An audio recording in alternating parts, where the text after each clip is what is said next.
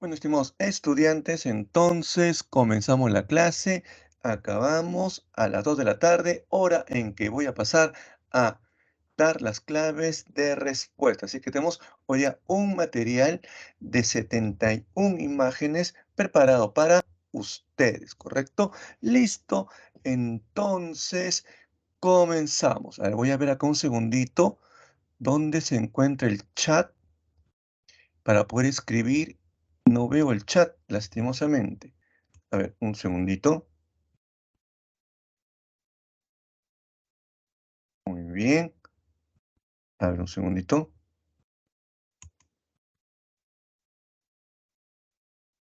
Ujú.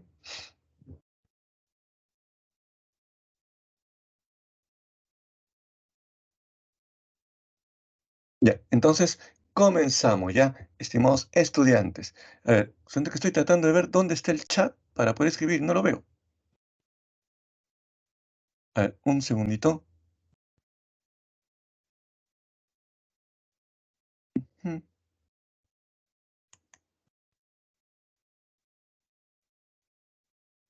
ujú. Ya.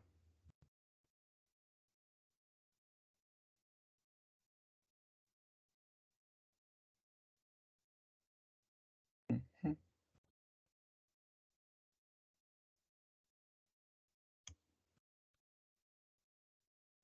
Mm, ya. Bueno, no veo exactamente el chat, pero ya, vamos a comenzar. ¿Ya? ¿Listo? A ver, ya. Entonces, son 71 imágenes.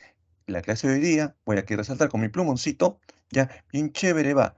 Desde la Revolución Rusa hasta la Guerra de Corea, ¿correcto? Y con eso arrancamos. Nuestro primer tema de clase va a ser justamente la Revolución Rusa, ¿ya? Entonces, a ver. Comencemos en primer lugar con los antecedentes, ¿ya? ¿Listo? La guerra ruso-japonesa 1904-1905. A ver, les cuento. Ambos países querían extenderse por el Pacífico. ¿Quién gana esta guerra? Esta guerra la ganan justamente los japoneses, ¿ya? Con apoyo de Inglaterra. Pero esto trajo cola, ¿por qué? Porque la derrota rusa ante Japón va a provocar la revolución liberal de 1905, ¿correcto? Ya, pero aquí hay una serie de acontecimientos que debo hacer mención. En primer lugar, como tú lo puedes ver, aquí resalto el Domingo Sangriento, donde el padre Gapón, con un conjunto de personas que reclaman al zar ante la derrota en la guerra con Japón, el zar dispone que los cosacos, como se ve aquí, disparen sobre la población. Y esto desencadena entonces que se formen los soviets. ¿Ya? ¿Qué es un soviet? Ya, los soviets son comités, ya, formado por soldados, campesinos y obreros. Y estos soviets van a provocar la emergencia de la Duma como exigencia al zar ruso. ¿Qué cosa es la Duma? Bueno, pues la Duma es el Parlamento ruso, haciendo que Rusia se convierta en una monarquía parlamentaria. Pero para mala suerte de esta revolución, la monarquía parlamentaria no va a tener éxito, ya que el zar de Rusia la va a bloquear, ¿correcto? Listo. Entonces vamos a ver ahora cuáles son las causas para la revolución de 1917. Yo aquí tengo algunos aspectos que quiero mostrar con imágenes complementarias, ¿correcto? A ver, aquí tenemos entonces el despotismo del régimen zarista, la crisis económica agudizada por la Gran Guerra, que es la Primera Guerra Mundial, la extrema pobreza campesina y obrera y el desarrollo de las ideas socialistas. Todo esto lo voy a ampliar con mi PPT, ¿correcto? A ver aquí. En primer lugar, la crisis del zarismo, ¿correcto? A ver, comencemos. la autocracia zarista, un sistema de antiguo régimen basado en el poder absoluto del zar, el zar Nicolás II Romanov, ¿ya? Entonces, esa sería la primera causa. La segunda causa sería, ya, que cuando nos imaginemos Rusia, ustedes se tienen que imaginar una Rusia de carácter feudal, ¿correcto? En el cual los señores feudales rusos, los Romanov, no, los señores feudales rusos llamados boyardos van a explotar a la gran masa campesina rusa llamado mujiks. Así te tienes que imaginar, ¿ya? Y complementariamente también habrá un sector urbano moderno de obreros que serán explotados. Conclusión, cuando tú te imagines Rusia, ¿sabes cómo te lo tienes que imaginar? Te lo tienes que imaginar 90% feudal, ¿ya? Y 10% capitalista. Así te tienes tú que imaginar Rusia, ¿correcto?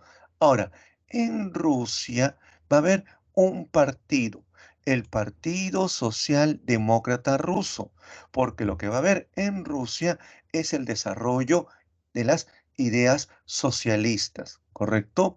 Entonces, este Partido Socialdemócrata se divide en dos: los mencheviques y los bolcheviques, ¿correcto? Los mencheviques son la minoría, son reformistas moderados, dirigidos por Plejano. Los bolcheviques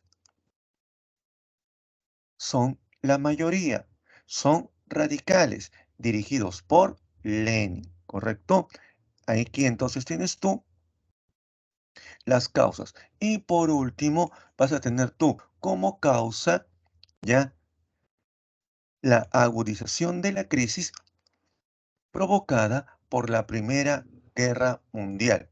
No olviden ya que cuando se hizo el tema de la Primera Guerra Mundial, se dijo, ¿correcto?, que en el frente oriental los alemanes vencieron a los rusos en las batallas de Tannenberg y Lagos Masurianos. Ahora sí, comencemos viendo la primera revolución, la Revolución de Febrero menchevique de 1917. Estalló en San Petersburgo. Fíjense en esto. San Petersburgo tiene dos nombres. El segundo nombre puede ser Petrogrado. ¿Qué cosa ocurrió en la Revolución de Febrero en San Petersburgo o Petrogrado? Los soviets provocaron la abdicación al trono del zar Nicolás II Romanov, quien estaba apoyado por el siniestro Rasputín. Cuando se sí, claro, un personaje siniestro y oculto. Aquí está la imagen de el zar Nicolás II. Lo que viene luego es un gobierno provisional. Ya se establece la república, se convoca a elecciones presidenciales y gana Kerensky, que es este señor. Por si acaso, Kerensky no es menchevique, es un personaje ya que va a tener el apoyo de los mencheviques y los soviets. El problema que todo lo que ofreció Kerensky para ganar la presidencia no lo cumplió. Así que va a haber un conflicto entre la Duma, que es el parlamento ruso, no, con los soviets que antes apoyaron a Kerensky, ¿ya? ¿Y por qué va a ser ese conflicto? Porque Kerensky no se mantuvo en la guerra mundial. Los soviets ya estaban en contra de mantenerse en la Primera Guerra Mundial. Así que aquí vamos a ver un poco más de información. Ahí está. Revolución de Febrero, caída del zarismo, descontento con la Primera Guerra Mundial. Ya tienes tú el sobre de Petrogrado, ya que provocaron la abdicación del zar Nicolás II, el gobierno provisional, y con el gobierno provisional hay como dos poderes: los soviets, ya, contra el gobierno del señor Kerensky. Es en ese momento en que pasamos a la revolución de octubre bolchevique. A ver, les cuento. Lenin no está en Rusia, él está exiliado en Suiza, ¿correcto? Y ahí entra en negociaciones con Alemania. ¿Qué cosa le acuerdan ambos? Escuchen esto, ¿ya? Alemania va a hacer meter a Lenin con un ferrocarril lleno de armas, con una imprenta a Rusia. A cambio, Lenin ya va a retirarse de la Primera Guerra Mundial, ¿sí?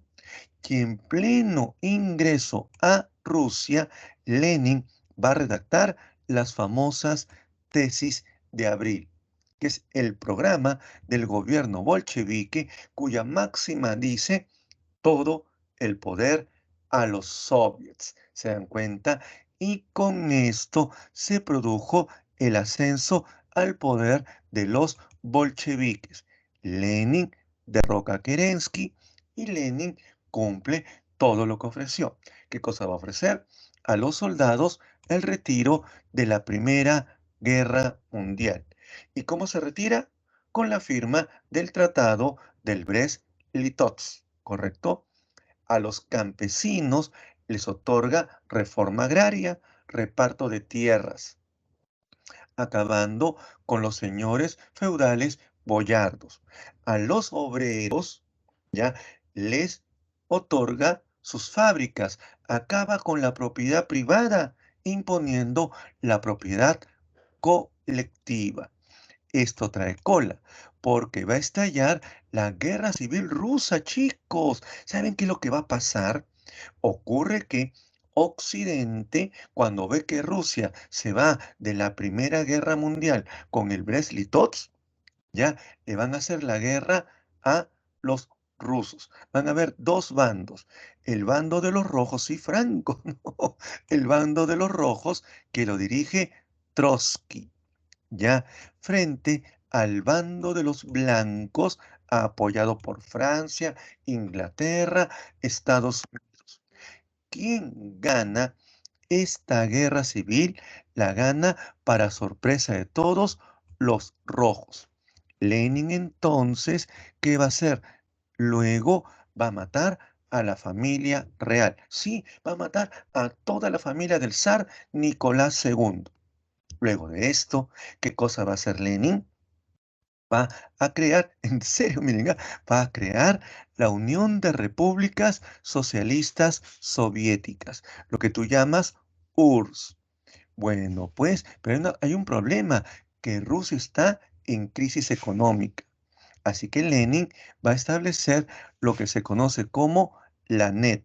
Profe, ¿qué cosa es la NET? ¿Correcto?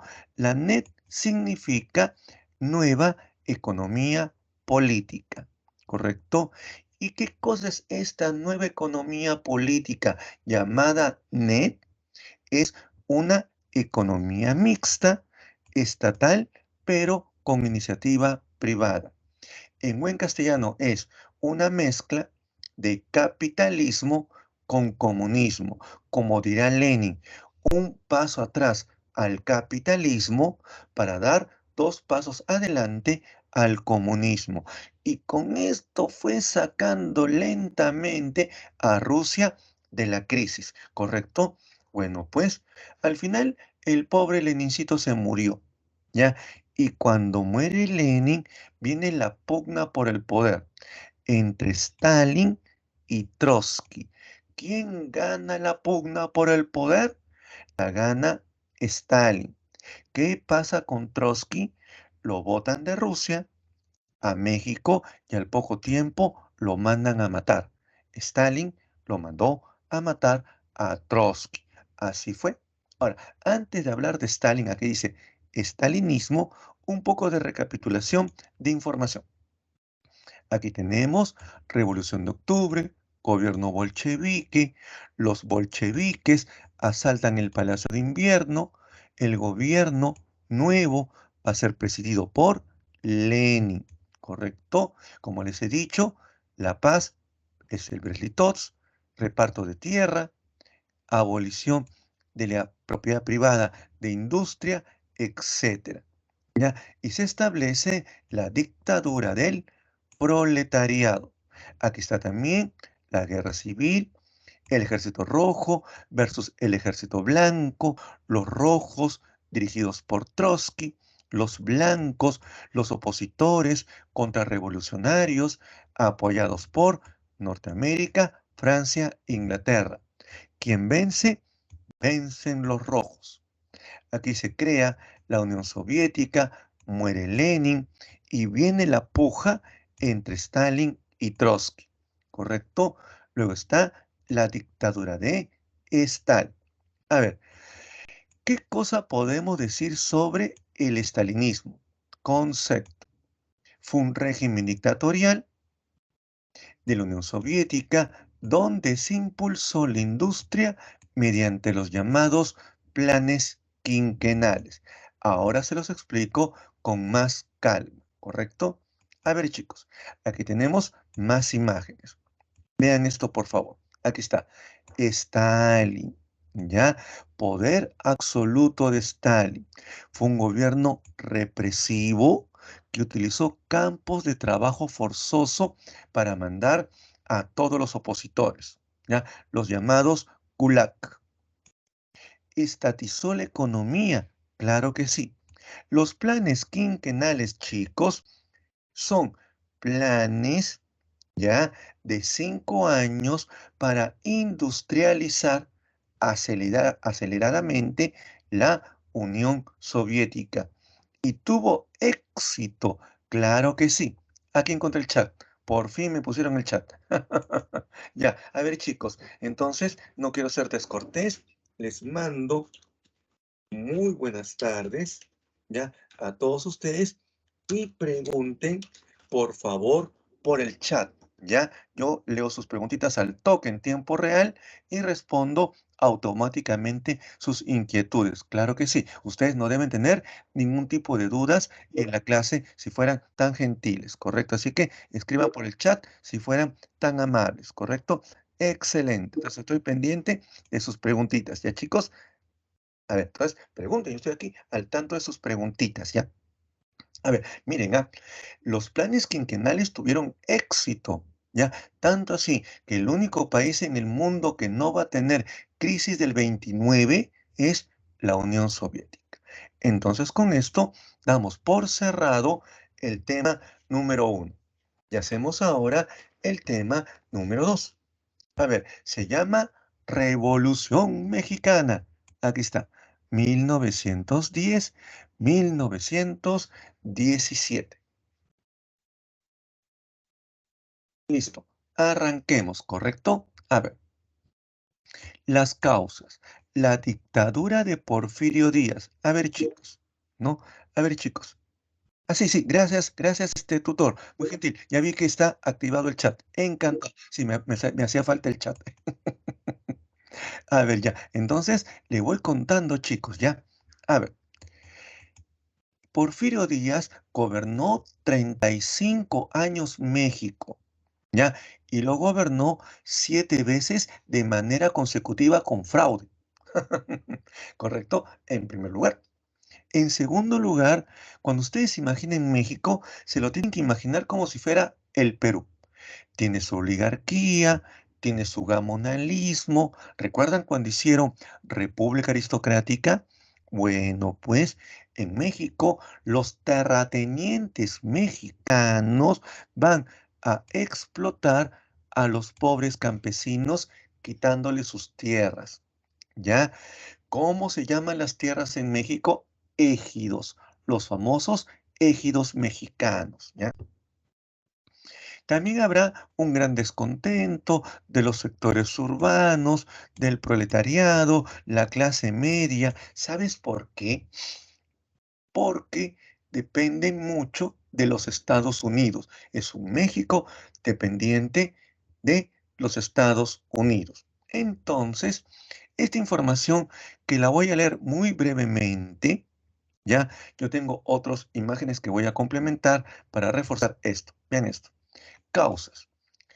Hemos dicho, el régimen porfirista, hay un descontento ya fuerte por parte del campesinado, una explotación de la clase obrera altamente fuerte. Y aquí tenemos un poco ya para recapitular las causas de la Revolución Mexicana. Aquí están los periodos y se va a entender mejor viendo periodos de la Revolución Mexicana.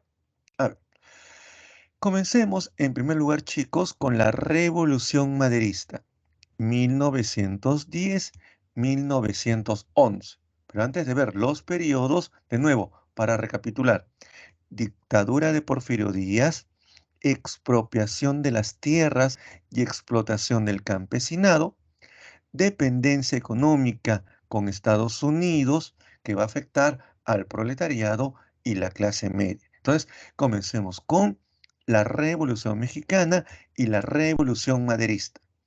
Madero va a ser el gran opositor al porfiriato y él va a lanzar el famoso Plan San Luis de Potosí. ¿En qué consiste el Plan San Luis de Potosí? Consiste en un plan donde se expone el fraude electoral de Porfirio Díaz y se exige que haya unas nuevas elecciones oponiéndose a la reelección indefinida de Porfirio Díaz. Esto va a tener éxito, ya que van a haber fuertes levantamientos sociales. Por un lado va a estar Emiliano Zapata desde el norte, Pancho Villa desde el sur. Aquí se puede ver en esta imagen a la izquierda Pancho Villa y a la derecha Emiliano Zapata, ¿correcto? Bueno, pues esto, ¿qué cosa va a provocar? Va a provocar la caída de este personaje, Porfirio Díaz, y se cayó el porfiriato. Lo que viene ahora es el gobierno de Madero. Madero va a gobernar entre 1911 a 1913, ¿correcto? Pero el problema con Madero, que Madero no va a cumplir ninguna de las ofertas, ¿ya?, que propuso para ser presidente. Ya, ¿y esto qué cosa va a provocar? Sí, ¿qué cosa va a provocar? Va a provocar la rebelión de Emiliano Zapata, ¿ya? Quien lanza el famoso Plan de Ayala, ¿correcto? ¿Qué cosa es el Plan de Ayala? El Plan de Ayala exige y demanda reforma agraria. ¿Qué cosa es reforma agraria? Es reparto de tierras. Bueno, pues ahí no queda la cosa, porque al poco tiempo viene el golpe de Victoriano Huerta, quien con apoyo de Estados Unidos, ¿ya? A ver, estimado Mauricio, no es que lo haya traicionado, lo que pasa que es una revolución muy complicada, hay muchos intereses de por medio. ¿Ya? Entonces, el señor Madero como que no quiere incentivar que los campesinos, sus aliados, ya eh, terminen desbordando la revolución. No, y en consecuencia, Victoriano Huerta ya va a dar un golpe de Estado con apoyo de Estados Unidos. Y con estos chicos, él va a matar a Madero. Y lo mató a Maderito. Sí, pues. Y en ese contexto, entonces, lo que viene luego, ya, a ver, vamos a ver aquí. Aquí está, gobierno de Madero, Zapata, el plan de Ayala, la dictadura de Victoriano Huerta, asesinato de Madero. ¿Ya, chicos? Etapa número 3. Esto se va a llamar la Revolución Constitucionalista 1913-1914. Aquí Venustiano Carranza, con el apoyo de los Estados Unidos, otra vez para variar, ya, él va a derrocar a Huerta, ¿correcto? Y va a lanzar el Plan de Guadalupe. ¿Qué cosa es el Plan de Guadalupe? El Plan de Guadalupe es el plan que consiste por el cual el señor Carranza declara que la revolución debe acabar. Y con el fin de la revolución, lo que hay que hacer es llevar ya todos los logros de la revolución escrito en una constitución. Bueno, pues, pero esto va a provocar luego el gobierno de Carranza. Y Carranza va a gobernar México entre 1914 y 1919, ¿ya? Bueno, Carranza también la va a tener muy difícil, porque va a haber una pugna entre caudillos. ¿Quiénes se van a pelear? Bueno, pues Carranza con Pancho Villa y Emiliano Zapata. ¿Quién va a ganar finalmente esta pugna? Carranza, ¿ya? Y él va a elaborar el documento más importante de la revolución, la llamada Constitución de Querétaro, año 1917, poniendo fin a la Revolución Mexicana, institucionalizándose los logros de la Revolución Mexicana. Y con esto ponemos punto final a este tema. Como ustedes pueden ver, Constitución de Querétaro es el principal aporte de la Revolución Mexicana. Y con esto, punto final al tema 2. Aquí tenemos algunas imágenes de personajes.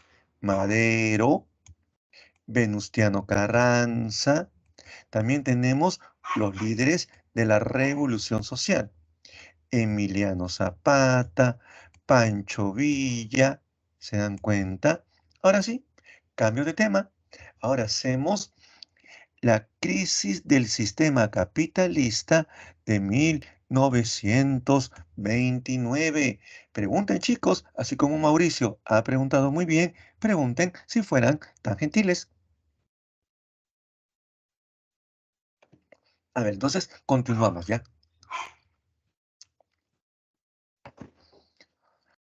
Comencemos con los antecedentes. A ver, ¿cuáles son los antecedentes?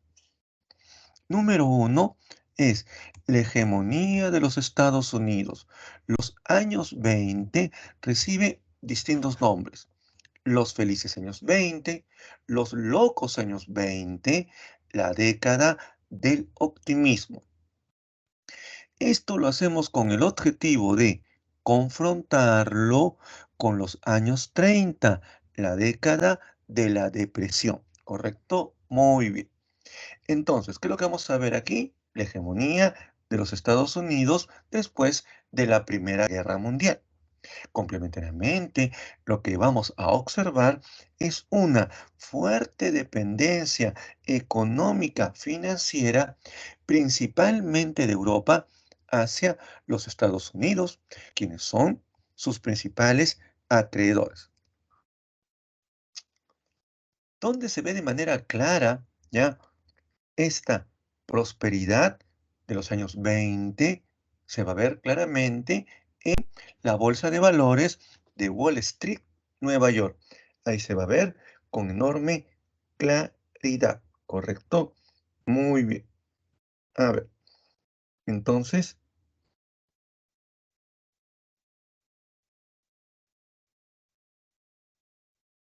entonces, y vamos a ver ya finalmente las causas. A ver, ¿cuáles son las causitas de esto? Aquí tengo imágenes de complemento. Como ustedes pueden ver, 1919, los años 20, es una época de gran prosperidad económica. 1929, los años 30, es la década de la depresión. Aquí está, los felices años 20, especialmente en los Estados Unidos. Ahora vamos a ver las causas. Uno, especulación financiera. Dos, sobreproducción industrial. Tres, crisis del capitalismo monopólico. ¿Ya? Y les voy a hacer mención a cada uno de ellos. A ver, comencemos. Comencemos En primer lugar, ya comencemos. En primer lugar, ya con la especulación financiera. A ver, ¿cuáles son los principales órganos especuladores? Son dos. Número uno, la banca. Número dos, la bolsa. ¿Correcto? Comencemos con la banca. A ver, debido a la gran prosperidad económica que hay en Norteamérica, los bancos van a comenzar a dar préstamos sin garantías. ¿Correcto? Entonces, prestarán, claro, van a prestar a los empresarios, dueños de fábricas, como a la gente de a pie para consumo. No solamente eso, la bolsa de valores también va a especular. A ver, primero, la bolsa de valores se llama así porque mide el valor de una empresa. El valor de una empresa, chicos, se mide por el nivel de consumo, no de producción. Pero en esta de acá ocurre al revés. Hay una sobreproducción industrial, generando un desfase entre la oferta y la demanda, haciendo que las acciones de una empresa se midan por el nivel de sobreproducción. Entonces, las empresas que más producen y no venden van a tener mayor cotización en la bolsa. Esto va a provocar la crisis del capitalismo monopólico. ¿Recuerdan la clase pasada de Historia Universal? Se hizo mención del capitalismo monopólico financiero, expresado en cártel, trusts y holding. ¿Recuerdan eso? Perfecto. Muy bien.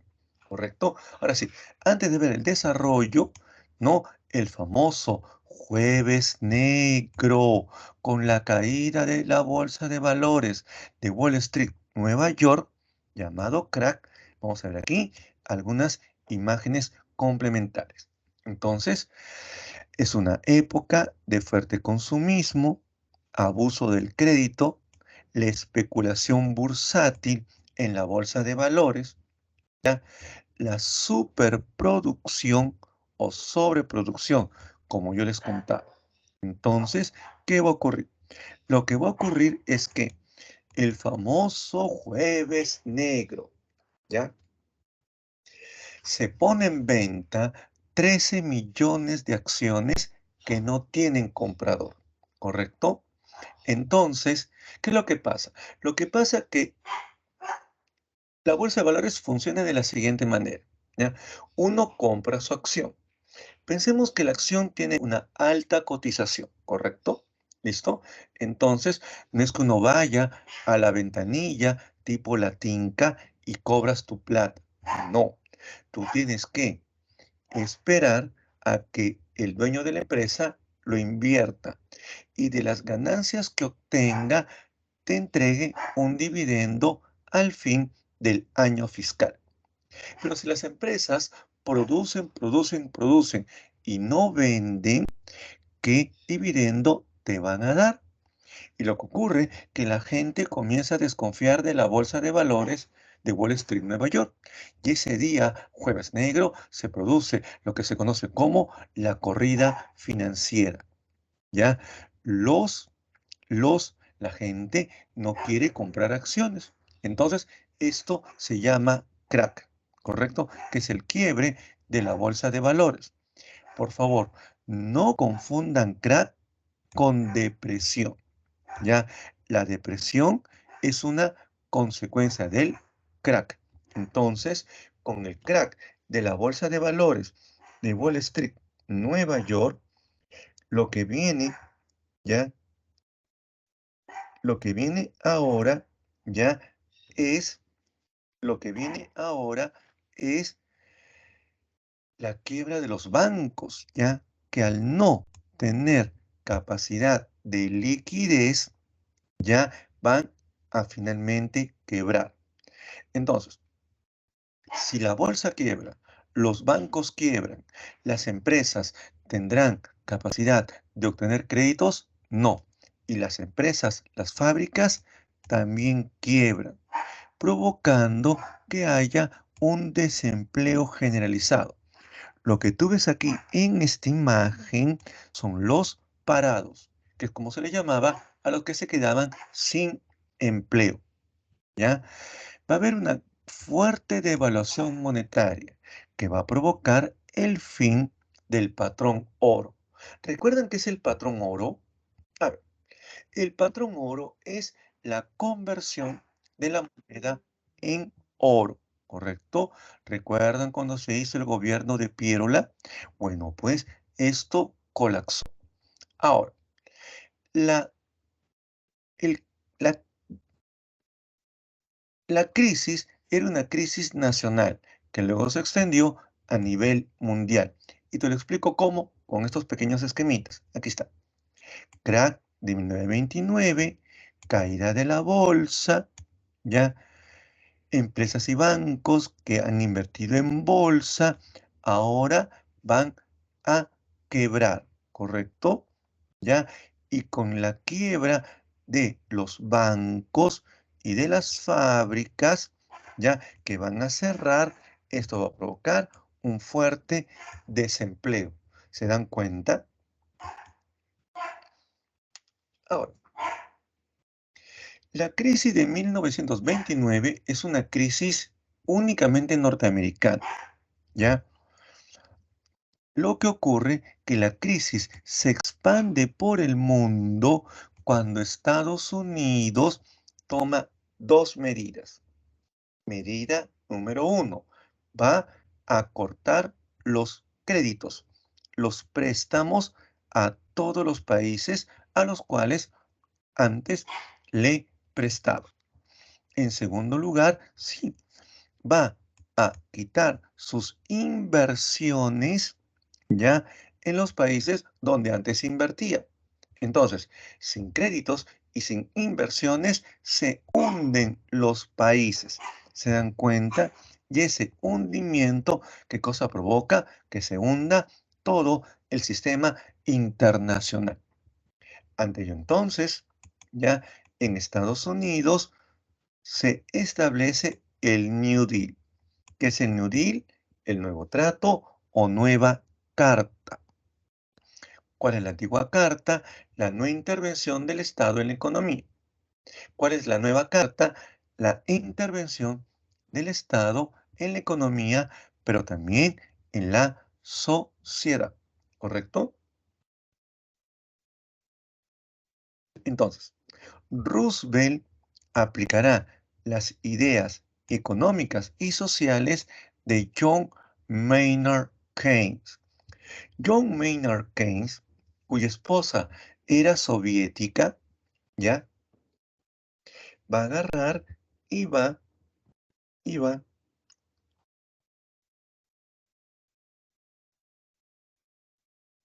a ver, un segundito nada más.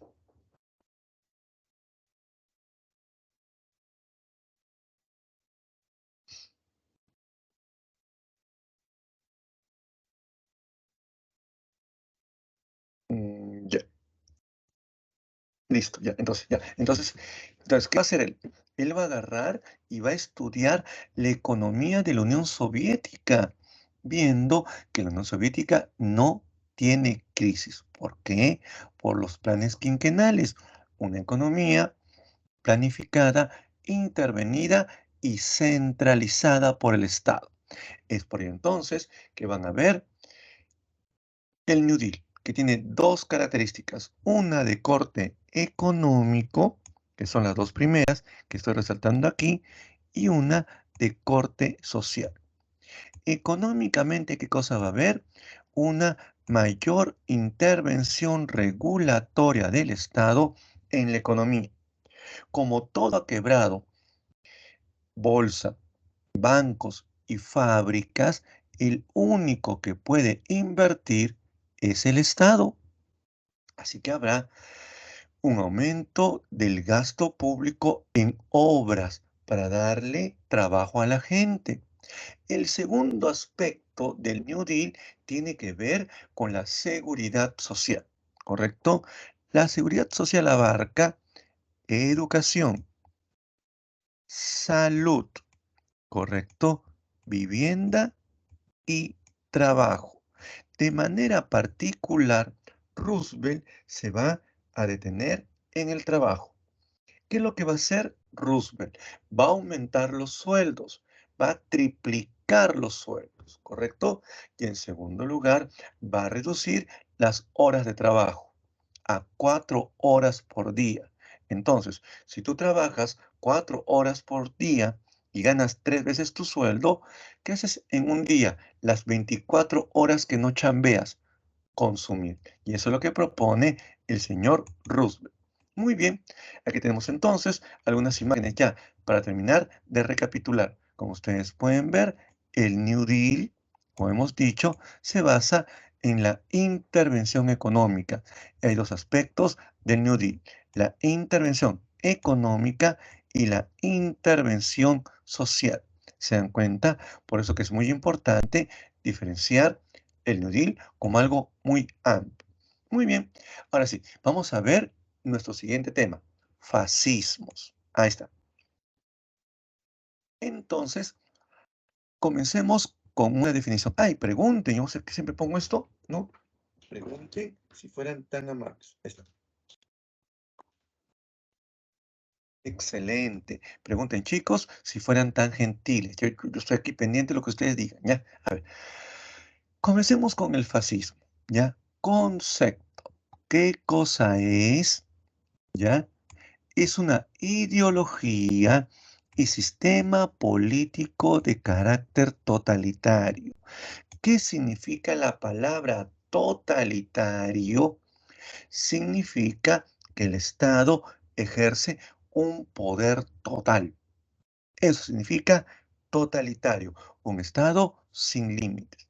Y esto surge en Europa después del fin de la Primera Guerra Mundial. Ahora sí, vamos a ver cuáles son las causas ya de los fascismos.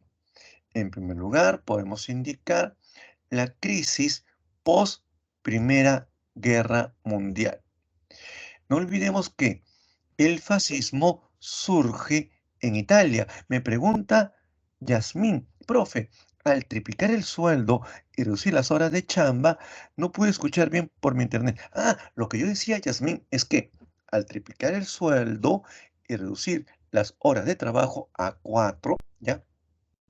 Lo que está buscando Roosevelt es incentivar el consumo, que la gente consuma más y ante mayor consumo, reactivación económica. Buena pregunta, Yasmín. Te lo agradezco mucho. Y pregunten como Mauricio, como Yasmín, yo soy al tanto de todas sus inquietudes. Ya, a ver, chicos. El fascismo surge en Italia. Italia, un país que se cambió de bando en la Primera Guerra Mundial, lo hizo con el objetivo de buscar obtener algo después de la guerra. No le tocó nada, ¿correcto? El rechazo al Tratado de Versalles. Alemania, ¿recuerdan? Versalles lo dejó como único responsable de la guerra. Se convirtió en una potencia de quinta categoría, ¿correcto? A eso hay que sumarle el avance del socialismo por el éxito de la Revolución Rusa, frente al cual los fascistas le tienen bronca.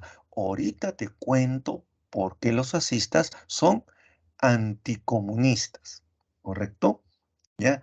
Además, hay toda una radicalización de los movimientos nacionalistas, el chauvinismo exacerbado, el odio a los extranjeros.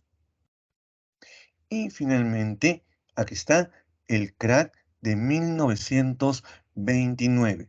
Te voy a poner un ejemplo, ¿ya? ¿Qué es lo que pasó aquí?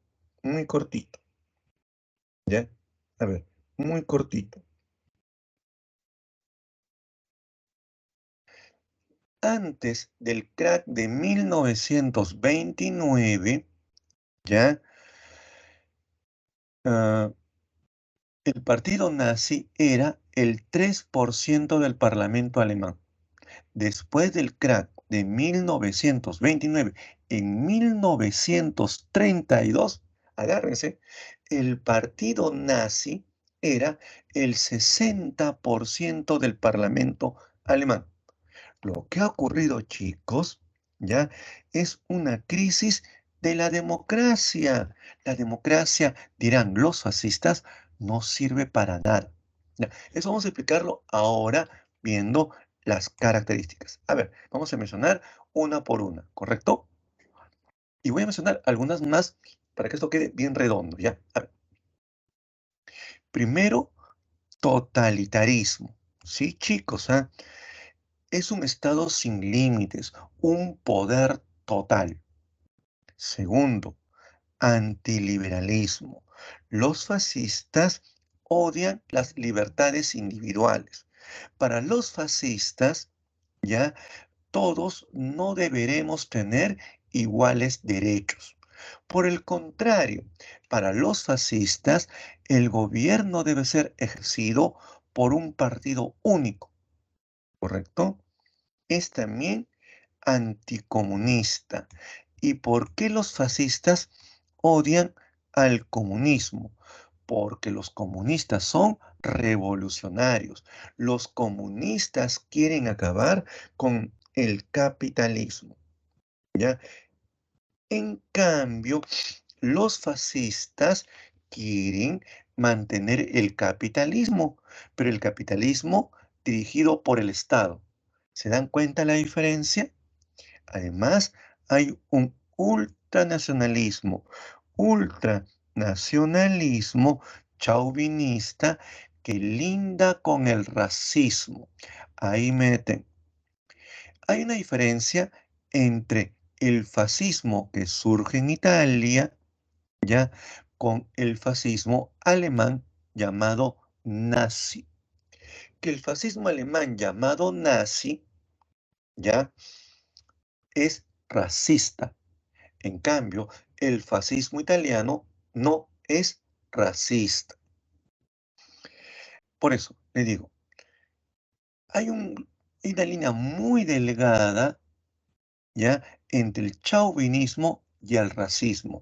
Y el racismo es antisemítico, antijudío, ¿ya? Profe, ¿y por qué los nazis odian tanto a los judíos? Por dos cosas. Uno, es por haber entregado al Hijo de Dios, Jesucristo.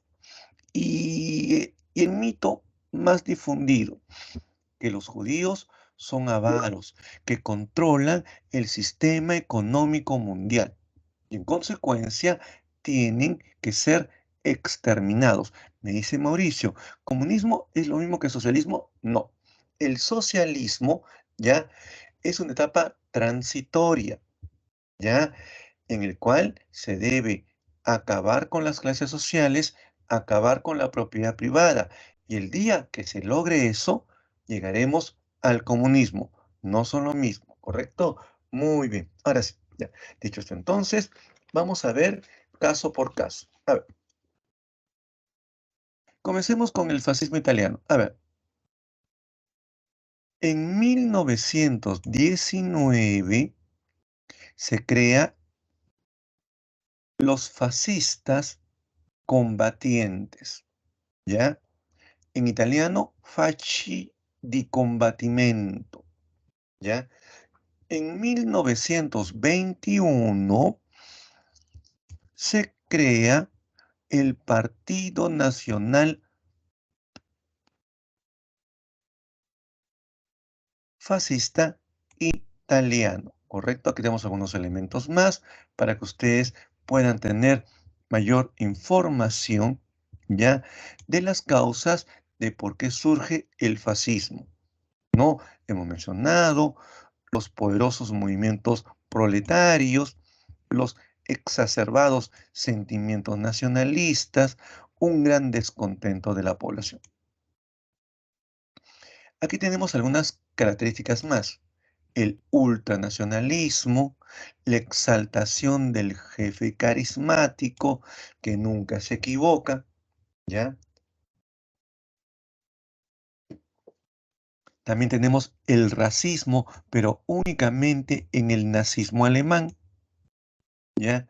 Tenemos el expansionismo, que vamos a verlo en unos minutos nada más para el caso italiano y para el caso alemán, ¿ya? El partido único, etc. Aquí tenemos el fascismo italiano, ¿ya? En 1919, como les dije, se fundan los Facci di Combattimento, ¿ya? En 1921 se funda el Partido Nacional Fascista Italiano. Me dice Mauricio, ¿aún sigue el Partido Nacional Fascista en la actualidad? Con ese nombre no. ¿Ya? Porque con el fin de la Segunda Guerra Mundial, ¿ya? Lo que va a haber es justamente la destrucción de este tipo de partidos, ¿ya? Lo que hay hoy día, y es muy fuerte, es la extrema derecha en Europa, ¿correcto? Aquí está el símbolo, ¿ya? De el partido fascista italiano. A ver, entonces, ¿qué es lo que ocurrió en Italia? Aquí lo puedes ver. ¿Cómo ellos ascienden al poder? 1922, hay una huelga general, ¿ya? Y ante esta huelga general, los fascistas, como se puede ver en esta imagen, realizaron la marcha sobre Roma con el objetivo de acabar con los huelguistas, hacer una huelga de obreros comunistas.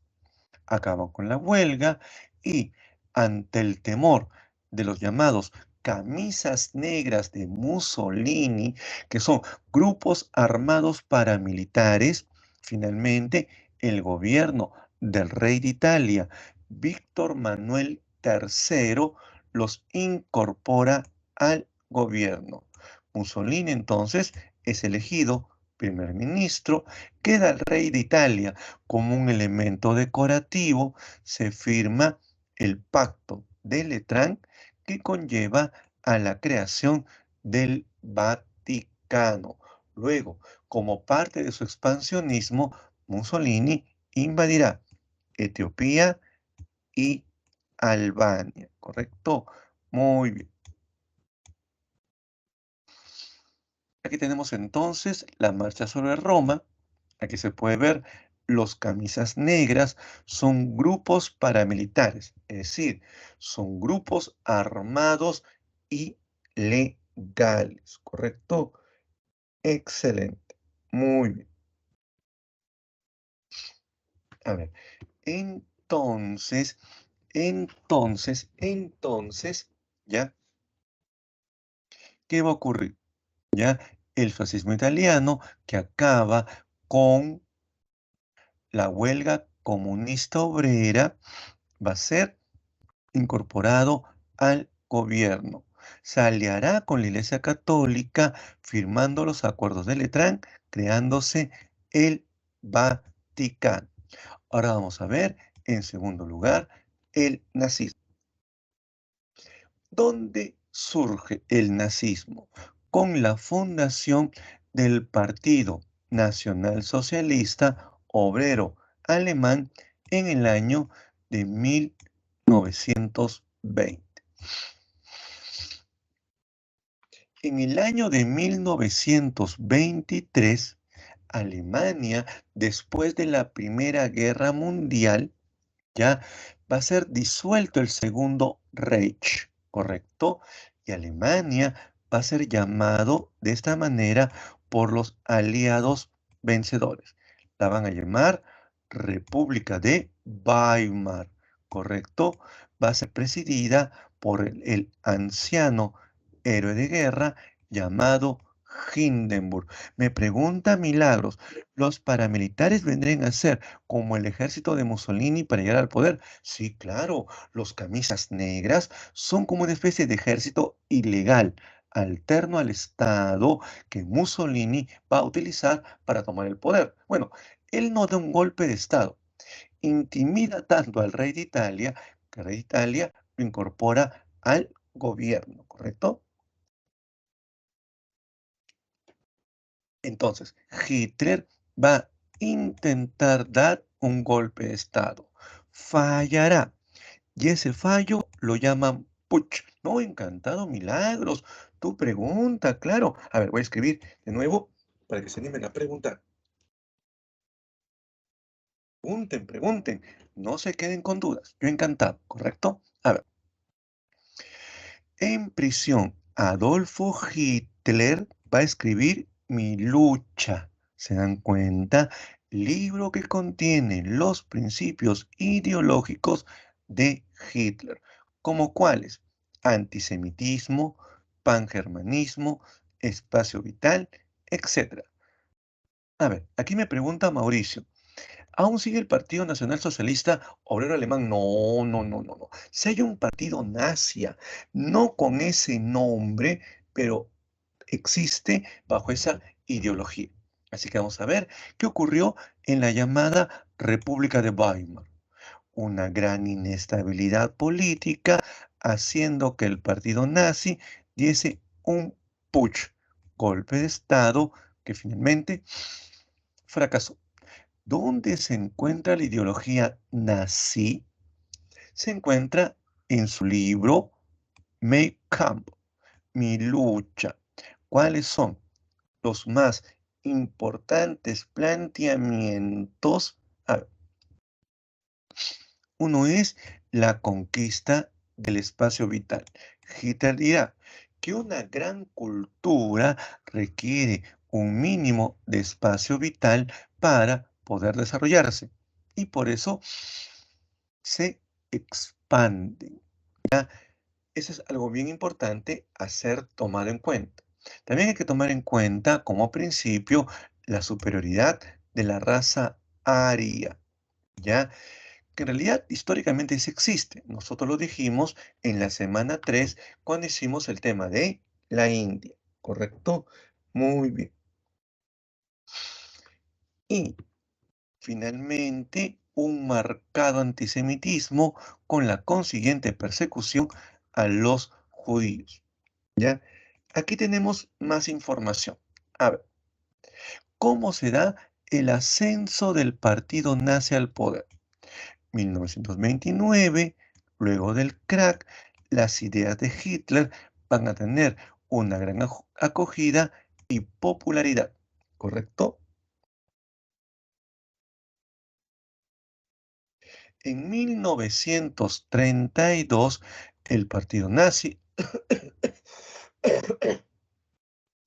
obtendrá la mayoría en el Parlamento alemán, con 60% de los escaños del Parlamento.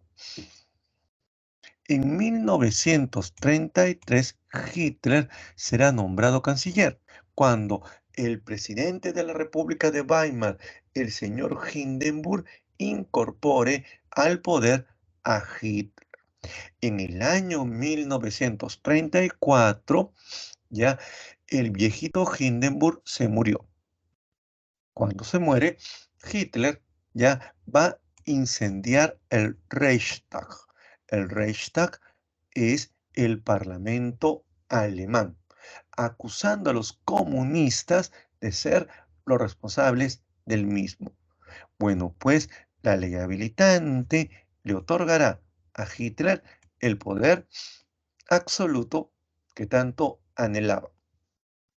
Habiendo acabado con los comunistas, ahora quiere acabar con los judíos.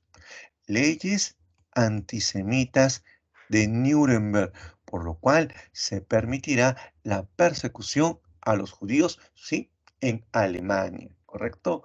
Muy bien, ahora sí, avancemos. Aquí tenemos cómo el Partido Nacional Socialista Obrero Alemán va creciendo. Vean qué chiquitito era para 1924, ¿correcto? Para 1932 se convierte en la principal fuerza política de Alemania. Aquí está, en el 33, aquí está Hindenburg, bastante viejito, lo nombra Adolfo Hitler canciller de Alemania. Aquí se ve el diseño del Reichstag, ya culpándose a los comunistas de la misma, cuando en realidad fueron los nazis los que quemaron el Reichstag, ¿ya? A ver, aquí tenemos la famosa ley habilitante, por la cual se le otorga plenos poderes a Adolfo Hitler como dictador, el Führer. ¿Se dan cuenta? Mientras que Mussolini es el Duce. Los dos términos o palabritas significan lo mismo, guía o conductor, ¿correcto? Excelente. Ahora sí, hacemos el tercer tema, que se llama falangismo. Les comento qué pasa en España. España es una monarquía parlamentaria. Lo que pasa que en España ya hay elecciones para parlamento, ¿ya? Y ganan los republicanos, ¿correcto? Acabando con la monarquía. El rey de España huye de España. ¿Listo? Y va a estallar una guerra entre los republicanos, Frente Popular, donde están anarquistas, liberales, socialistas, apoyados por Unión Soviética, aunque muy poco, ¿ya? Y los nacionalistas, falangistas, monarquistas, con Francisco Franco a la cabeza, ya apoyados por la iglesia, el ejército, son los monárquicos. Y van a tener un apoyo muy fuerte por parte de Alemania e Italia. Ya, entonces, los falangistas, ya que son los que defienden al rey, se fundaron en 1934, la Falange Española. A ver, aquí tengo otra imagen que creo les va a ser de mucha utilidad, ¿ya? Aquí están las elecciones, los republicanos ganan las elecciones, el rey de España, Alfonso XIII, abandona el país, ¿ya? España es una república, ¿ya? Y luego viene la guerra civil. ¿No? Aquí se puede ver los bandos, el bando republicano, ¿ya? Que es apoyado por la Unión Soviética, las brigadas internacionales, los nacionalistas sublevados, apoyados por Alemania e Italia, ¿correcto? ¿Quién finalmente gana la guerra? La ganan los nacionalistas falangistas, ¿ya? Y con el triunfo de los nacionalistas falangistas, consecuencias.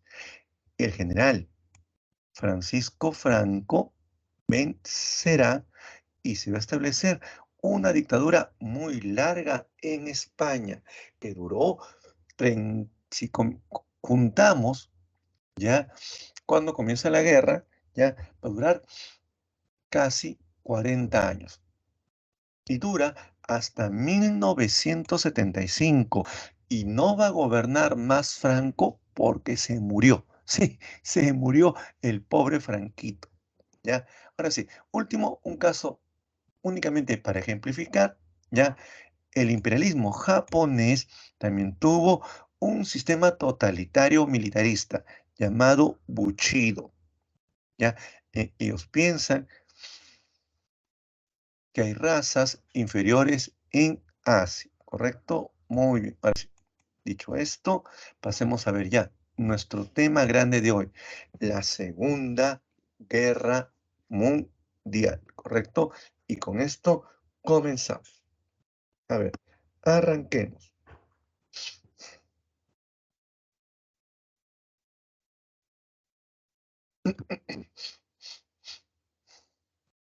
A ver, entonces comencemos, ¿ya? Si tuviéramos que mencionar, ¿ya? ¿Cuáles son los antecedentes? Un poco para ir recapitulando, ¿correcto? Los antecedentes serían, como hemos visto, el ascenso del partido nazi al poder. Una vez que ascienden al poder, desconocen el Tratado de Versalles, ¿ya? Inician una carrera armada muy fuerte, se expanden ya enormemente, ¿ya? También hemos visto como antecedente la Guerra Civil Española. Me pregunta Mauricio, ¿hay películas? Claro, y un montón. Mayormente hay películas del frente occidental. Luego voy a explicar esto con calma cuando vayamos viendo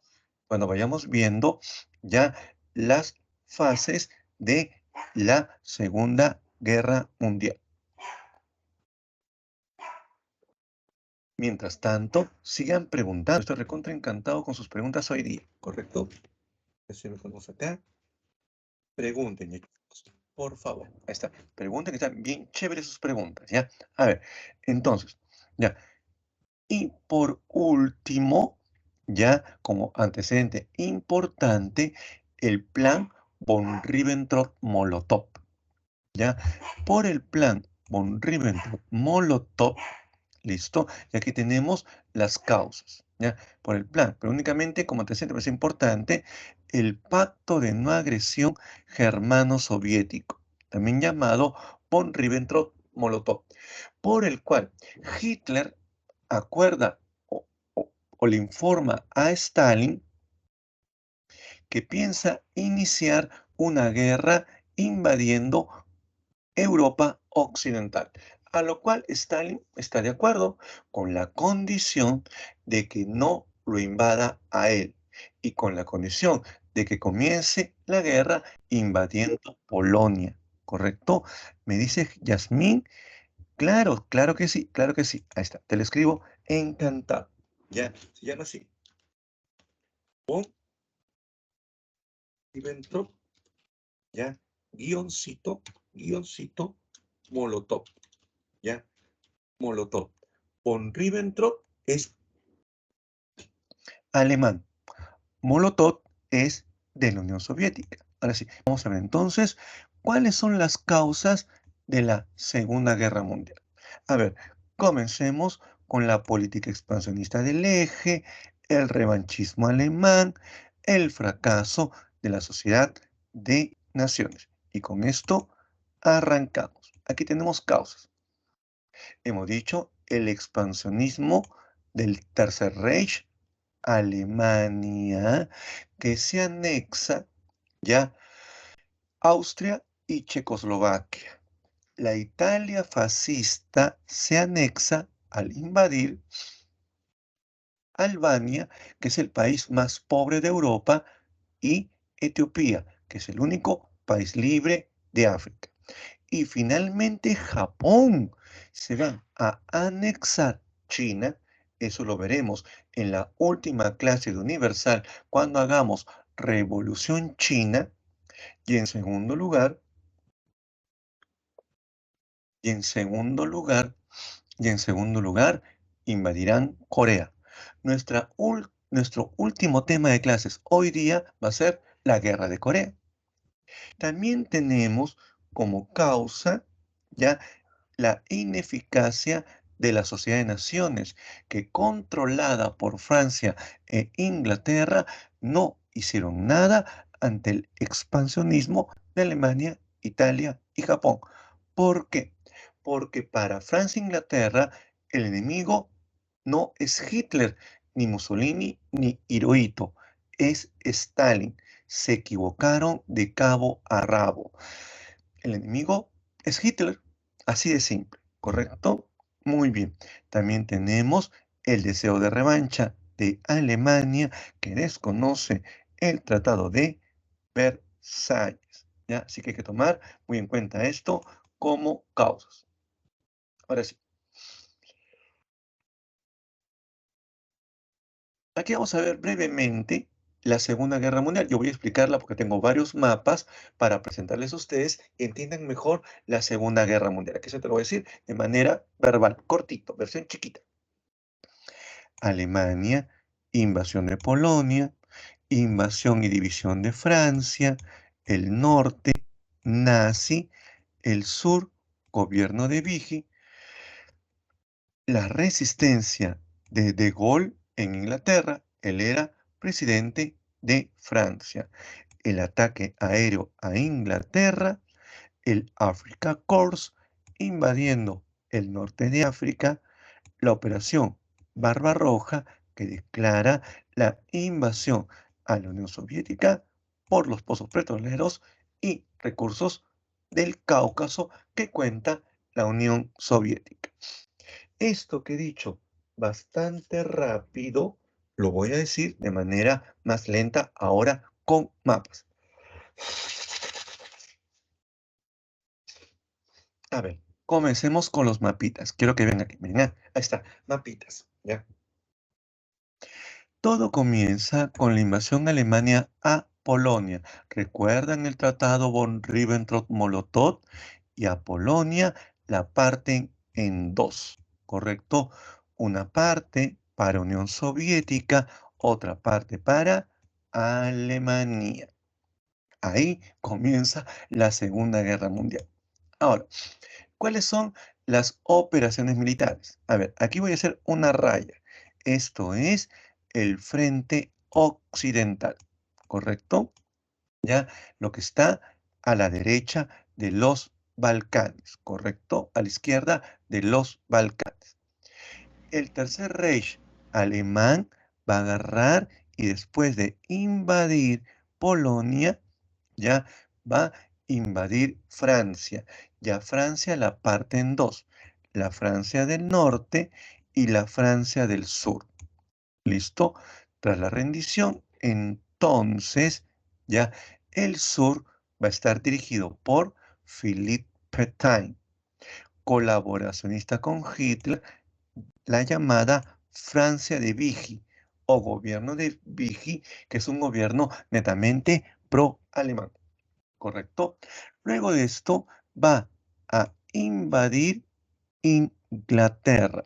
Aquí se va a producir la batalla de Inglaterra. Ya la Luftwaffe alemana será derrotada por la Royal Air Force, la Fuerza Real Aérea. ¿Listo? Y en segundo lugar, por el radar, invento inglés brillante que va a permitir detectar con anticipación dónde se encuentran los alemanes. Listo. Ese es frente occidental. Lo que vamos a ver luego, lo que está acá abajito, es el frente del Pacífico. ¿Ya? ¿Qué va a ocurrir aquí? Lo que va a ocurrir es que ya Italia, por propia cuenta, va a invadir Grecia, ya siendo derrotado totalmente. Sí, luego va a invadir el norte africano, ya, y también será derrotado totalmente. ¿Ya? Entonces, Hitler está preocupado porque Hitler nunca quiso una guerra mundial. Él quería una guerra continental controlada, pero por culpa de Mussolini que le abrió dos grandes frentes, ¿ya?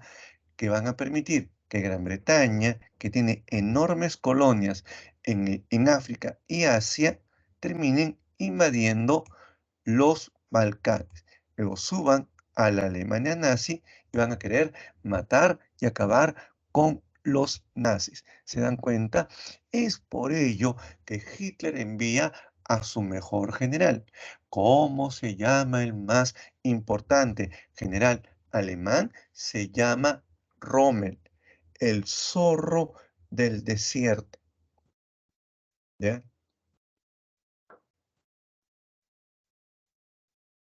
Bueno, pues y con él van a ocupar los Balcanes, van a ocupar el norte africano llamado los Africa Corps, que es una fuerza muy bien entrenada dirigida por Roma.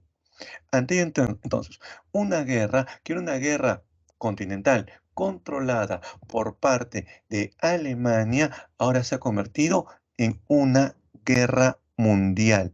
¿Se dan cuenta? Y el único país que puede tener recursos ilimitados para que Hitler mantenga una guerra mundial es la Unión Soviética. Por ello, que impulsa la operación Barbarroja para invadir Unión Soviética. Me pregunta Julio, Profe, Perú no participó de la Segunda Guerra Mundial. A ver, el Perú se declaró neutral, pero después que Japón, eso vamos a verlo en unos segundos nada más, ataca de manera sorpresiva Pearl Harbor en Hawái, el Perú apoyará, ahora sí, directamente a los aliados y principalmente a Estados Unidos. Aquí se puede ver la operación Barba Roja, ¿ya? Que es la invasión alemana a la Unión Soviética. Complementariamente a esto, hay que indicar finalmente, ¿ya? Japón, ataque a la base aeronaval de Pearl Harbor, que queda en Hawái, y a consecuencia de ello, Estados Unidos ingresa a la Segunda Guerra Mundial, ¿correcto? A ver, y les cuento qué ocurrió aquí.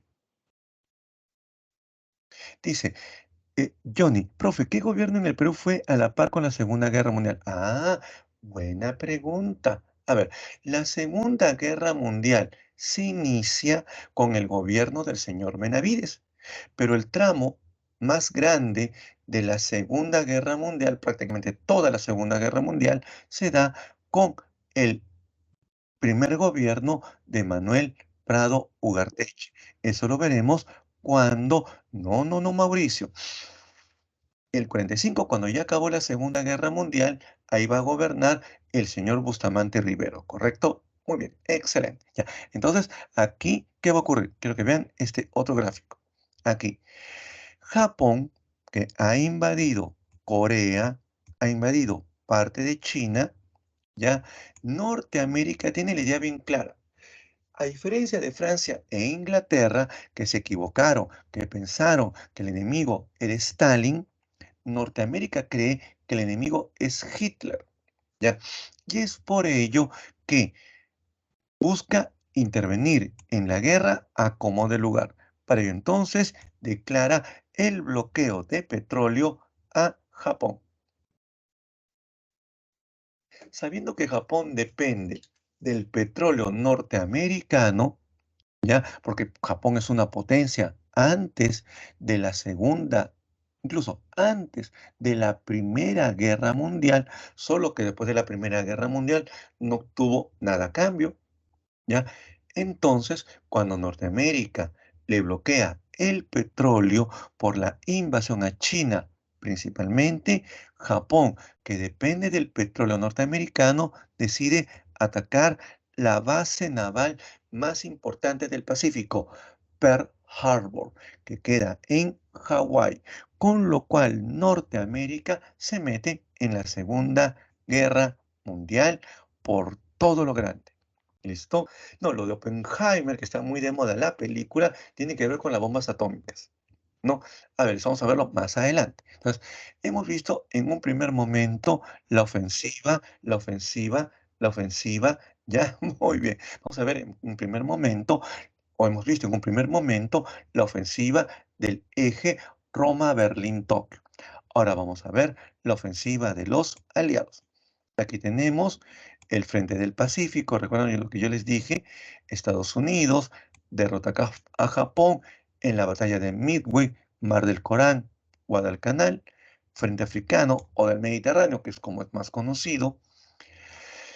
La victoria aliada en el Alamein en Egipto. El Frente Oriental, donde el Ejército Rojo derrota al ejército nazi en Stalingrado.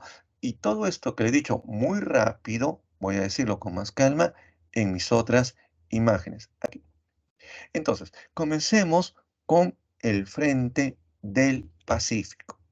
¿Ya? Norteamérica lo tiene bien claro. Hay que detener el avance japonés, porque Japón va a querer invadir Australia para tomarla como base de apoyo. Así que Japón va a ser derrotado en Midway, en Mar del Corán, con portaaviones gigantes, y va a ser detenido en Guadalcanal. Y con esto, ¡pum!, se detuvo el avance japonés. Porque Roosevelt, el mayor enemigo no era Hirohito, emperador japonés, era Adolfo Hitler. Este es Frente del Pacífico. Entonces, cuando va cambiando de giro la guerra con fuerza, cuando Estados Unidos ya venza con apoyo de Inglaterra, ya en el Alamein. El Alamein queda en Egipto. ¿Por qué es tan importante el Alamein? Porque si tú tomas el Alamein, ocupas Egipto, el canal de Suez, y con esto puedes bloquear a Inglaterra y su abastecimiento de colonias. Por eso que era tan importante no vencer en el Alamein. Lo que también tenemos ahora saliendo ya es, es el frente oriental. Como puedes ver tú, aquí está la batalla de Stalingrado. ¿Ya? A ver, chicos, la mayor cantidad de muertos de toda la Segunda Guerra Mundial se da en el frente oriental. ¿Ya? La batalla más sangrienta de toda la Segunda Guerra Mundial se llama Stalingrado, donde muere 1 millón de alemanes, 2 millones de soviéticos. Aquí se detuvo el avance alemán. ¿Se dan cuenta? Muy bien. Ahora, ¿qué es lo que va a ocurrir? Ya, aquí lo que vamos a ver es que ahora Norteamérica e Inglaterra van a invadir Italia. Italia ahora, para variar, se cambia de bando. Ahora va a apoyar a los aliados. ¿Listo? Bueno, pues sí, claro. Ahora lo que vas a ver tú son las famosas conferencias, ¿ya? Los tres grandes. Los tres grandes se van a reunir primero en Teherán. ¿Listo? Teherán, que queda en Irán. ¿Quiénes son los tres grandes? Es Churchill de Inglaterra, Roosevelt de Estados Unidos y Stalin de la Unión Soviética. En el frente occidental, los aliados, ahora, como les he comentado, van a invadir Italia, van a producir la caída del gobierno de Mussolini y en Teherán, Irán, colonia de Inglaterra, se acuerda la operación Overlord, el día de el desembarco aliado en Normandía, que es el despliegue militar más grande de toda la historia, ¿correcto? Como ustedes pueden ver, ya aquí entonces se produce el desembarco en Normandía, el día de, me pregunta Mauricio, ¿y el presidente de Francia qué pasó? Ah, buena pregunta. El presidente francés de la llamada Francia Libre, Charles de Gaulle, está en Inglaterra, ¿ya? Y con él, entonces, van a seguir peleando, pues, las fuerzas francesas ahora en Inglaterra van a seguir peleando para acabar con los alemanes.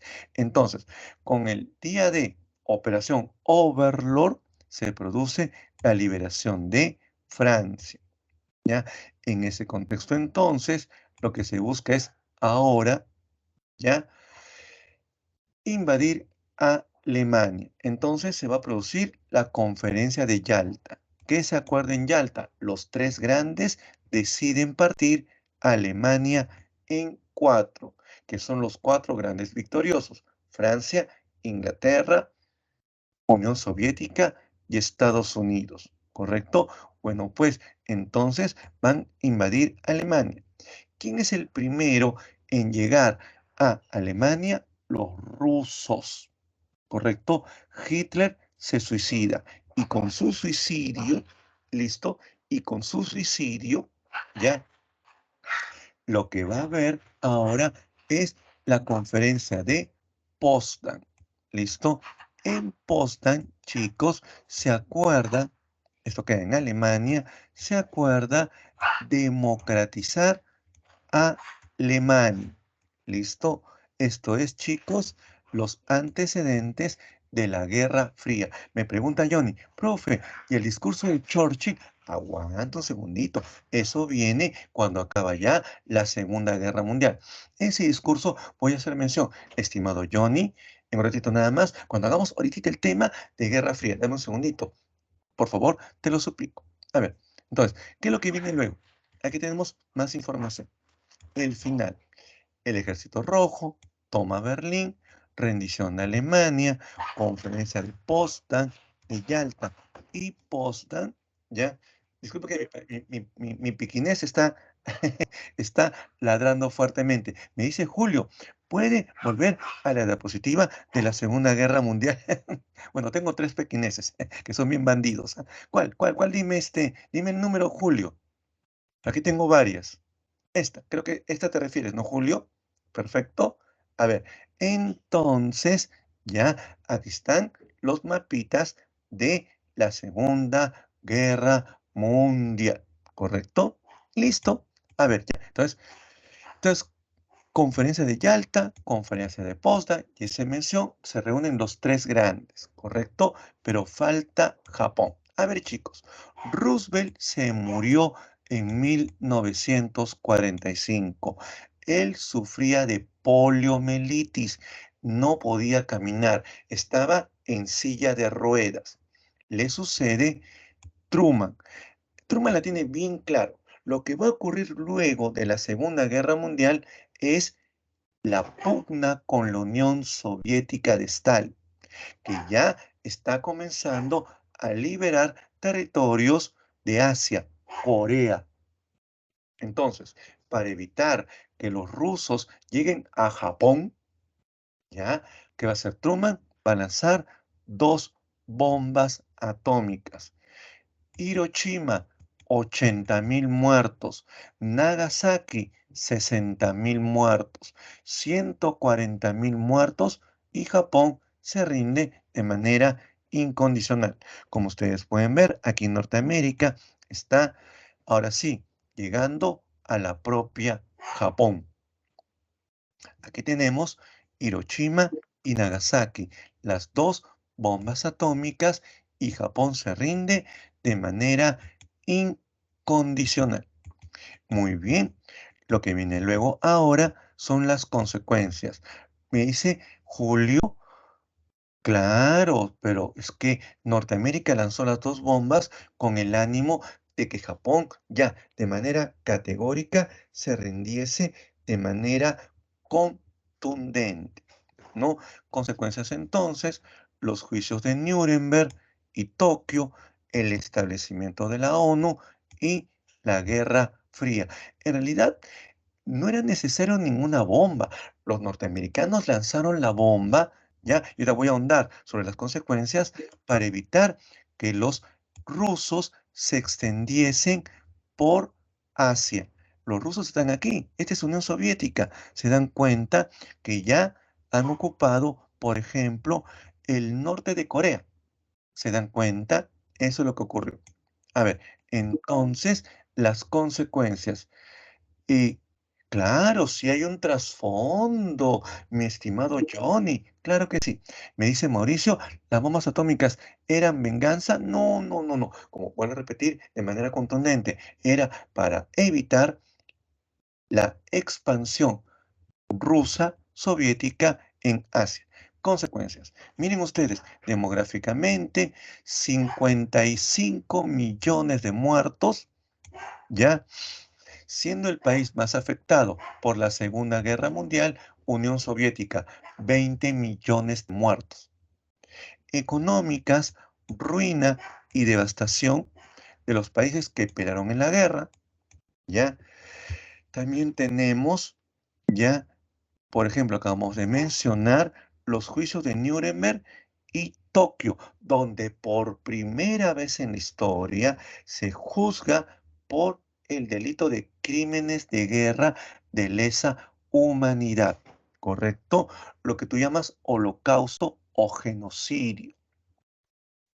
Esto va a terminar entonces con la emergencia de Estados Unidos como superpotencias, dividiendo al mundo en dos, provocando la Guerra Fría. También la inútil Sociedad de Naciones va a ser reemplazada por la ONU, la Organización de las Naciones Unidas, con sede en San Francisco, pero bajo hegemonía de los Estados Unidos de América. Bueno, chicos, con eso hemos terminado y nos toca hacer ahora la llamada Guerra Fría.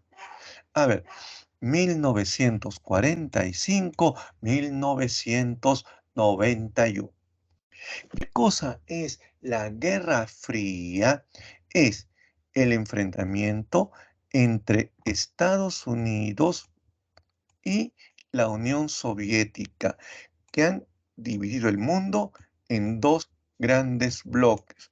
Un bloque pro-norteamericano, capitalista, y un bloque prosoviético socialista, ¿no? Me dice Mauricio, ¿y qué opina de la guerra? Bueno, no tenemos tiempo para hablar de eso.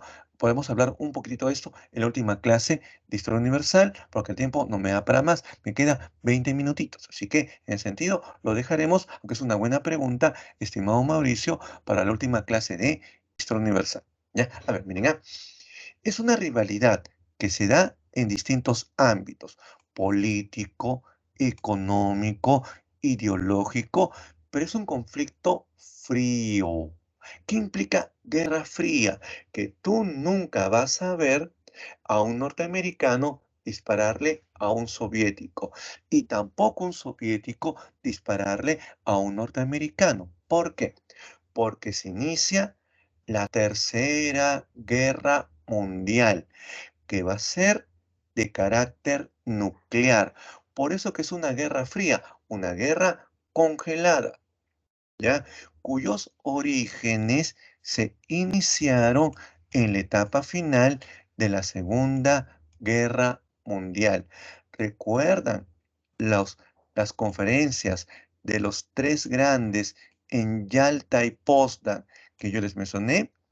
Por si no lo recuerdan, repito para recapitular información valiosa, ¿ya? Yalta queda en Ucrania y se acuerda la división de Alemania en cuatro. Potsdam queda en Alemania y se acuerda democratizar, acabar con el partido nazi en Alemania. ¿Se dan cuenta cómo están actuando los vencedores de la Segunda Guerra Mundial? Les importa muy poco lo que opine Alemania. Eso es Guerra Fría.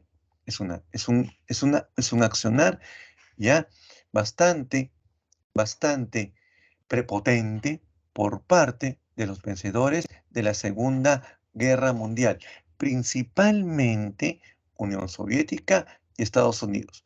Esto entonces termina con un conflicto indirecto, no directo en el campo militar. ¿Por qué? Y esto tiene que ver con las características. Un mundo bipolar, con formación de bloques, una carrera armamentista, nuclear, espacial, con choque a través de terceros países. Y esto lo voy a explicar con mis siguientes imágenes, que me quedan varias, todavía me quedan cerca de 18 imágenes, ¿correcto? Así que avancemos. Por aquí. A ver, entonces de nuevo, ¿cuáles son los elementos que nos permiten a nosotros entender la Guerra Fría? Es decir, sus características. A ver, entonces, cuando hablamos de la Guerra Fría, me dice Johnny, profe, ¿qué fue lo que los detuvo a no iniciar una guerra directa? Es que los detuvo justamente el hecho de tener armas nucleares. Miren lo destructivo que es. Pero, vean ustedes, es un conflicto político, ideológico, psicológico suscitado entre dos superpotencias que son las vencedoras de la Segunda Guerra Mundial, Estados Unidos y Unión Soviética. ¿Por qué se llama fría? Porque no hay declaración de guerra, ni se van a enfrentar directamente, porque si lo hacen, destruyen el mundo, porque hay armas nucleares. Entonces, va a ser un conflicto a través del uso de terceros países, ¿correcto? A los cuales ellos van a apoyar, por ejemplo, Corea del Norte contra Corea del Sur. Vietnam, Vietnam del Norte contra Vietnam del Sur. Irán contra Irak. Alemania Oriental contra Alemania Occidental. Lo que está haciendo cada una de estas superpotencias, Estados Unidos y Unión Soviética, es ampliar sus áreas de influencia, los bloques. ¿Se dan cuenta? Donde ninguno de los otros se puede meter. La Guerra Fría es un ambiente altamente competitivo. ¿Ya? Por ello es que va a haber una carrera armamentista. Si Norteamérica inventa la bomba atómica, Unión Soviética inventa la bomba de protones. Norteamérica replica con la bomba de neutrones. ¿Se dan cuenta? Es una competencia absurda de forma indirecta. ¿Correcto? Hablaremos en un ratito de una de las guerras de las carreras, la carrera espacial. Mientras llegamos a eso, muy cortito, vamos a ver aquí los bloques. Estados Unidos, presidido inicialmente después de la Segunda Guerra Mundial por Truman, contra la Unión Soviética, gobernada después de la Segunda Guerra Mundial por Stalin. Entonces tenemos aquí capitalismo, el plan Marshall, socialismo, ya el plan Molotov, ya que es el Plan Marshall, la ayuda económica de Estados Unidos a Europa Occidental. ¿Ya? ¿Para qué? A ver, para que ustedes entiendan qué es lo que quiero indicar. En Norteamérica, el personaje más poderoso luego, ya, de el presidente va a ser el secretario de Estado. El secretario de Estado del señor Truman, que es este señor que está aquí, es el señor Marshall, quien le propone ayudar económicamente a Europa Occidental para evitar la expansión comunista. ¿Se dan cuenta? ¿Listo? En Unión Soviética ocurre lo mismo, pero al revés. El famoso Plan Molotov, que es la ayuda económica de la Unión Soviética por parte de Europa Oriental para evitar la expansión capitalista. Europa Occidental quiere ya reconstruirse más rápidamente, pero sin intervención de los Estados Unidos. Así que Europa Occidental va a impulsar lo que tú conoces por tu curso de economía, crear la Comunidad Económica Europea, sin intervención de Estados Unidos, que no es un país europeo. Complementariamente, en el plano económico se crea la Comecon para Europa Oriental. La Comecon, como ustedes lo pueden ver aquí, es la traducción de lo que se conoce como el Consejo de Ayuda Económica Mutua entre los países socialistas, ya con apoyo de la Unión Soviética. Eso se llama la Comecon, Consejo de Ayuda Económica Mutua. Chicos, la Guerra Fría se llama fría y no es una guerra directa, pero sí es importante saber qué cosa hace cada uno de estas grandes superpotencias. Es por ello que se van a impulsar fuertes servicios de inteligencia. Estados Unidos con la CIA, aquí está su logo, y la Unión Soviética con la KGB.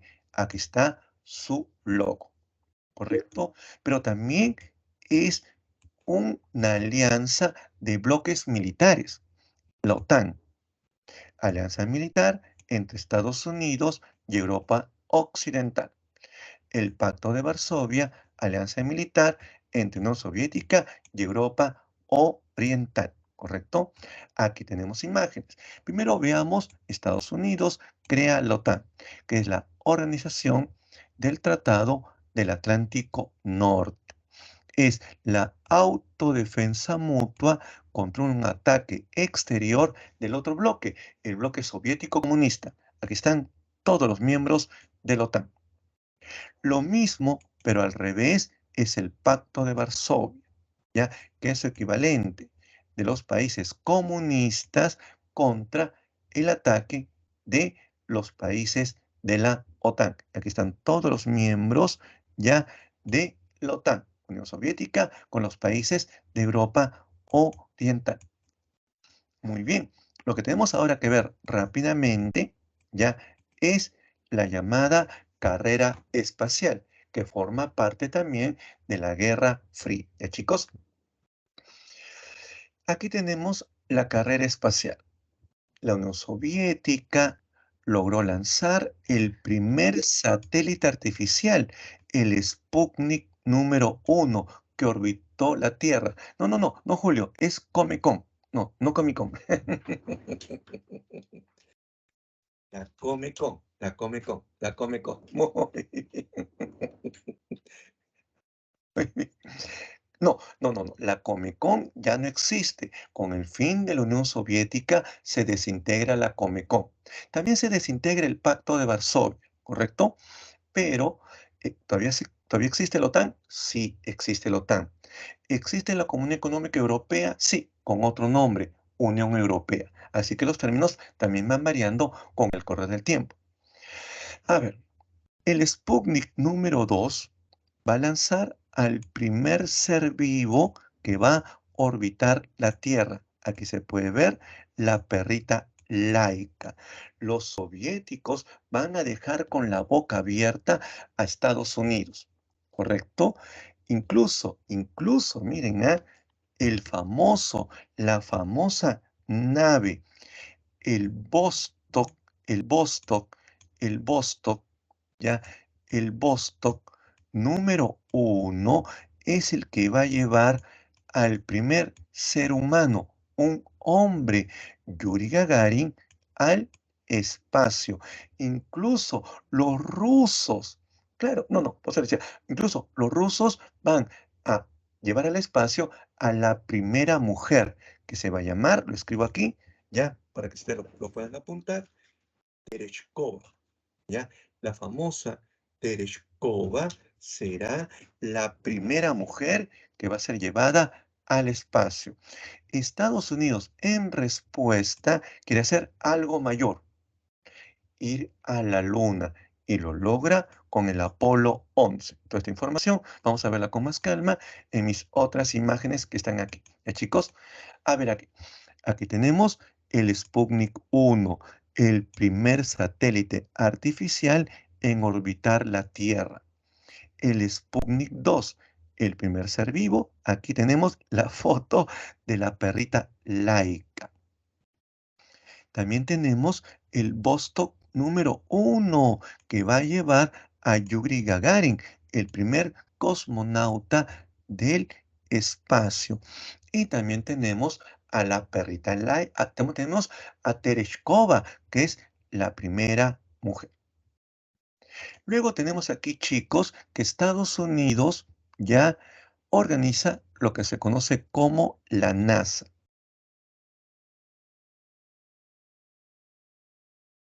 A cabo el alunizaje y dentro de la NASA el programa Apolo, ¿ya? Me dice Mauricio, ¿se acuerda de Wiener von Braun y Sergei Korolev? Sí, son muy importantes. No, pero miren ustedes esto, ¿ya? El programa Apolo, ¿ya? Ven ustedes, el, el Apolo 11 es el que va a llegar a la Luna, el alunizaje. Aquí está Neil Armstrong, ya justamente poniendo sus pies en la Luna. Y a partir de aquí, chicos, a par-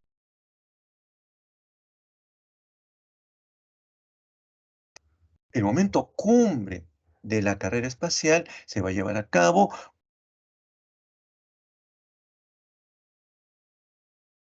nave que va a impulsar a otra nave para que haga su exploración espacial y que pueda retornar íntegra a la Tierra, porque lo que había antes es que tú lanzas una nave gigante y lo único que retorna a la Tierra es una cápsula pequeñita con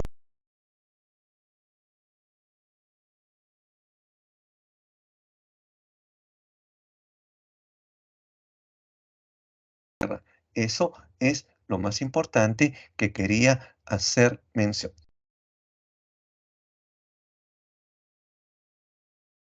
Guerra Fría, ¿correcto? Pero por periodos y etapas. Me dice Yasmín, profe, la perrita laica fue llevada, pero no volvió. No, sí volvió, sí, sí volvió, Yasmín. No, lo mismo pasó con Gagarin y Tereshkova. No, todos volvieron, claro. No, claro, lo que ocurre es que Norteamérica.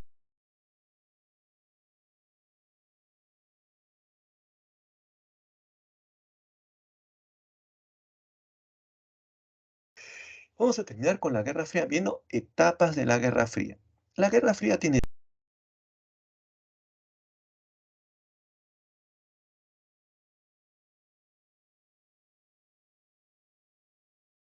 una semana de historia universal, haremos las dos etapas que faltan, ¿correcto?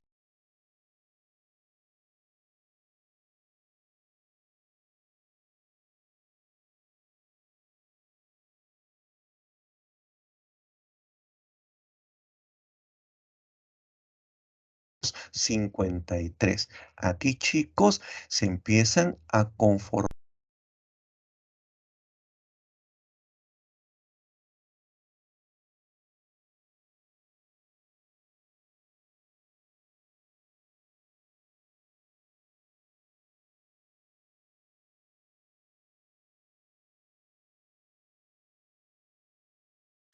cuando hagamos el tema de reunificación alemana, hablaremos del tema de Berlín, ¿correcto? ¿Ya? Como, solamente doy un pequeño dato para que no lo olviden, Alemania fue partido en cuatro y su capital Berlín también fue partido en cuatro. Inglaterra, Francia, Estados Unidos,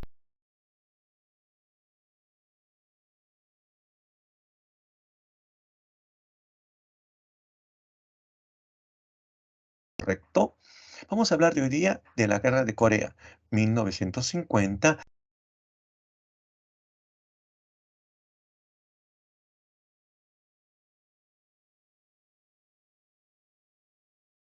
El temor de Estados Unidos a la expansión del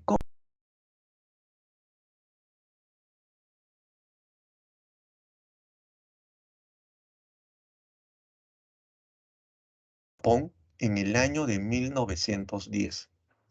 Con la Segunda Guerra Mundial, ya la Unión Soviética va a ocupar Corea del Norte, ya, y Estados Unidos va a ocupar Corea del Sur, ¿correcto? Ahora, ¿cuál es el temor norteamericano? Va a ser el temor a dos potencias comunistas: Unión Soviética con Stalin a la cabeza y China con Mao Zedong a la cabeza, quien ganó la revolución china en su país, ¿correcto?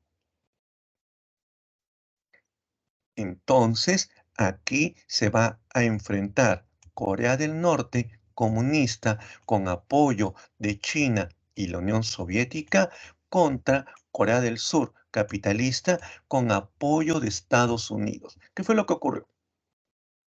Lo que ocurrió, vamos a verlo aquí en mis otras imágenes, ya la guerra de Corea, como yo les decía, división del país en zona de influencia, ya el norte comunista, el sur capitalista.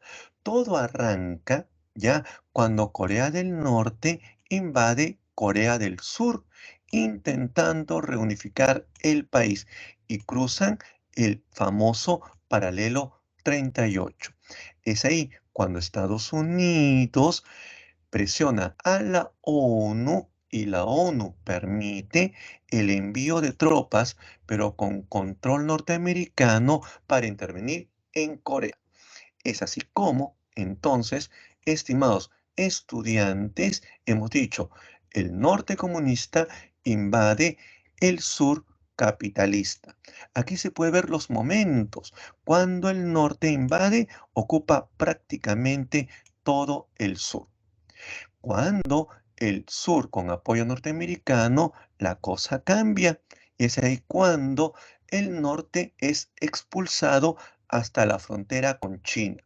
Es ahí cuando el norte recibe el apoyo de 1 millón de soldados chinos, un montón de armas de la Unión Soviética, porque los soviéticos no pueden intervenir directamente, porque se inicia la Tercera Guerra Mundial, ¿correcto? Y ahora la situación cambia totalmente a una situación prácticamente de empate, ¿correcto? Bueno, pues, ¿cuál es el saldo de la guerra? El saldo de la guerra es 60.000 soldados norteamericanos muertos, 1 millón de chinos muertos, 3 millones de coreanos muertos, y todo acaba, consecuencias, con el armisticio de Panmunjom, que no es un acuerdo de paz, no, es un cese al fuego, porque siendo jurídicamente, diplomáticamente, la guerra todavía continúa. ¿Ya? Bueno, pues las dos Coreas se mantienen divididas hasta el día de hoy y consolidan sus sistemas políticos. Corea del Norte es un comunismo ortodoxo, ¿ya? Y Corea del Sur es una gran potencia capitalista, siendo llamado Tigres del Asia. Entonces, todo acabó volviendo a la posición inicial. Aquí tenemos, chicos, una pequeña línea de tiempo de todo lo que hemos visto el día de hoy en clase. Yo entonces culmino la clase de hoy día y paso a dar las claves de respuesta de la semana 15. Así que, chicos, muy buenas tardes. Espero que la clase de historia de hoy día les haya gustado. Ya, muchísimas gracias y les paso a dar las claves de la separata número 15. Yo, chicos, excelente. De mi parte, encantado de estar aquí con ustedes. Clavecitas. Pregunta número 1, la C de casa. Pregunta número 2, la A de alto. Gracias, chicos. Muy gentiles, muy gentiles.